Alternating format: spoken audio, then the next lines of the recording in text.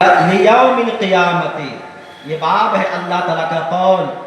अल्लाह फरमाता है हम इंसाफ के तराजू, मवाज़िन क़िस्ता, मवाज़िन मीज़ान की जमा, मीज़ान की जमा मवाज़िन, क़िस्ता माने इंसाफ, इंसाफ के तराजू रखेंगे। अल्लाह फरमाता है हम इंसाफ के तराजू रखेंगे। कब? लियौमिल क़ियामत, क़ियामत के दिन। अब अल्लाह ताला का कौल है, अल्लाह वहदहू ला शरीक है। अल्लाह क्या है? वहदहू ला शरीक है, एक है, उसकी एकताई में शुबहा नहीं, उसकी एकताई में शुबहा नहीं, एक है। इसलिए अल्लाह ताला फरमाता है, कह भी सकते हैं, अल्लाह ताला फरमाते हैं तो पर भी कह सकते हैं, दोनों कह सकते हैं। या अल्लाह तू मेरी मग़फ़िरत फरमा, या अल्लाह आप मेरी मग़फ़िरत फरमा, दोनों कहना जायज़ है। दोनों कहना, अल्लाह को आप भी कह सकते हैं और अल्लाह को तू भी कह सकते हैं, दोनों कहना जायज़ है। मगर दोनों में उलमाए अहले सुन्ना ने फरमाया कि तू बेहतर है, तू का लफ्ज़ इस्तेमाल करना बेहतर। अब क्यों? क्योंकि अल्लाह वहदहू ला शरीक एक है, उसकी एकताई में शुबहा नहीं, और आपका लफ्ज़ शुबहा पैदा करता है जमा की तरफ, शुबहा पैदा करता है जमा की तरफ। इसलिए अल्लाह की बारगाह में हम जब दुआ करते हैं, अल्लाह तू फला अता फरमा, मेरी मग़फ़िरत फरमा, तू आप नहीं कर। अगर कोई आप कह दिया कि अल्लाह आप मेरी मग़फ़िरत फरमाइए तो जायज़ है, सही है जी, सही। इसी तरह से नज़उल मवाज़िना, नज़उल मवाज़िना, नज़उ ये जमा मुतकल्लिम का सेगा, जमा मुतकल्लिम का सेगा है। मैंने अभी बताया कि अल्लाह वहदहू है, अल्लाह एक है, उसकी एकताई में शरीक किसी की नहीं है। और यहाँ जमा मुतकल्लिम का सेगा लाया, जमा मुतकल्लिम का सेगा लाया। वाहिद मुतकल्लिम भी तो ला सकते थे, वाहिद मुतकल्लिम भी ला सकते थे। उसका जवाब यह है कि अल्लाह तबारक व तआला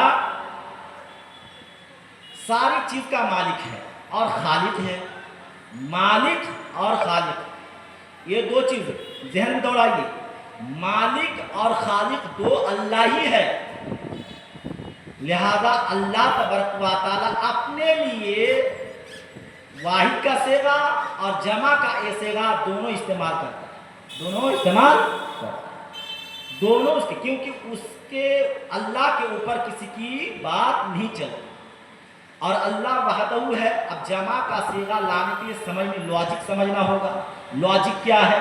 तो आम तौर से पहले तो ये है कि अल्लाह खालिक और मालिक है, वो जैसा चाहे बोले, मगर लॉजिक के तौर पर समझने के जहन को खामोश करने के लिए हम इतना कह सकते हैं कि जब भी अल्लाह तबारक व तआला जमा का सेगा इस्तेमाल फरमाता है तो उसमें अपने काम में अपने महबूब बंदों को शामिल फरमाता है, अपने काम में अपने महबूब बंदे को शामिल फरमाता है। खास तौर पर हमारे आका मोहम्मद मुस्तफ़ा सल्लल्लाहु अलैहि वसल्लम को शामिल फरमाता है। क्यों? क्योंकि नबी के सदक़े ही भी कायनात बनी है और कायनात में इंसान के लिए अल्लाह ने सारी चीज़ बनाई है। इसलिए अल्लाह तबारक व तआला अपने महबूब बंदे को शामिल फरमाता है, इसलिए जमा का सेगा इस्तेमाल करता है। मवाज़िना मीज़ान की जमा है।